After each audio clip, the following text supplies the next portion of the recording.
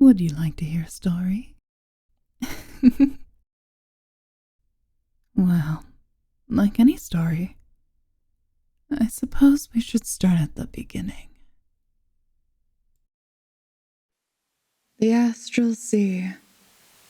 Since the dawn of life, gods, deities, and even unfathomable nightmares spawn from its stardust.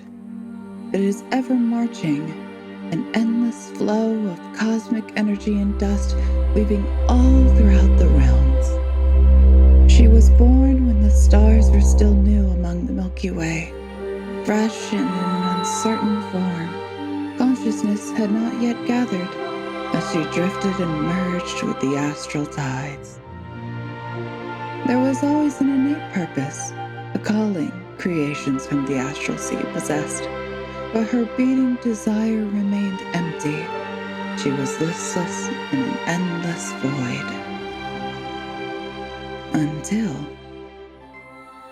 her consciousness centered on the most beautiful ball of blue, and a desire formed in her core.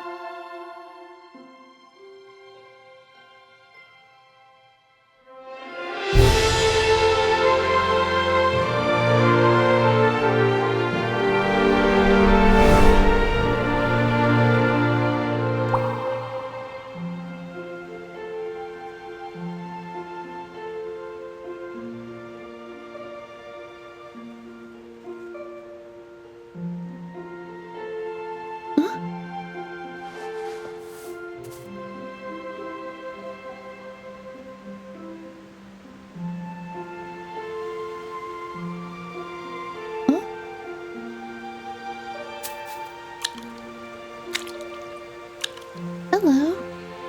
Tell me a story, child. A story? What kind of story? Anything at all, dear.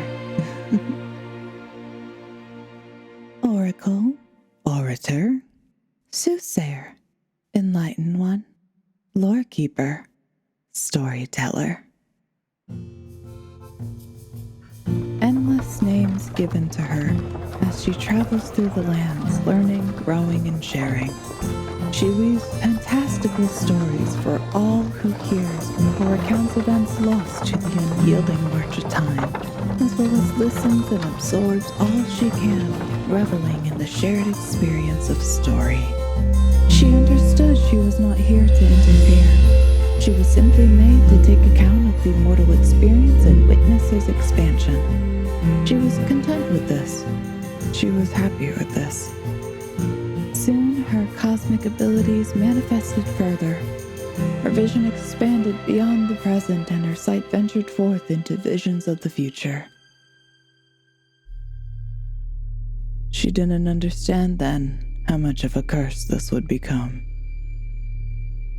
They spawned at random intervals and through touch from those she interacted with. Soon, the need to know your destiny from the mysterious wandering oracle became widespread. The mortals were desperate to know what fate had for them. She understood sorrow. Sorrow is part of a story. Pain is part of a fulfilling tale. But these were not something she felt herself, or better to say, not something she could experience.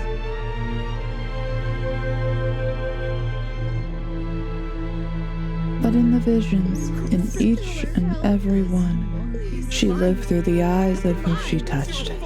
She lived through their death, their decay, their loss. She felt every horror of the human experience, and it was then she learned to mourn. She felt the need to protect people from their pain, their agony. She broke the cardinal rule of a timeless watcher and continued her travels now in a desperate urge to help the people escape their fate. But fate was not kind. She watched, despite her warnings and pleas, she watched as time marched on and took bodies with it. Agony was unyielding. Please, you can't!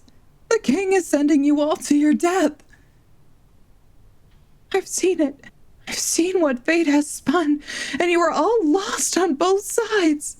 That is nothing but ruin! I would rather die with my brethren than live haunted by the guilt of abandoning them for my own preservation. Hey, come on now. Fate isn't always absolute.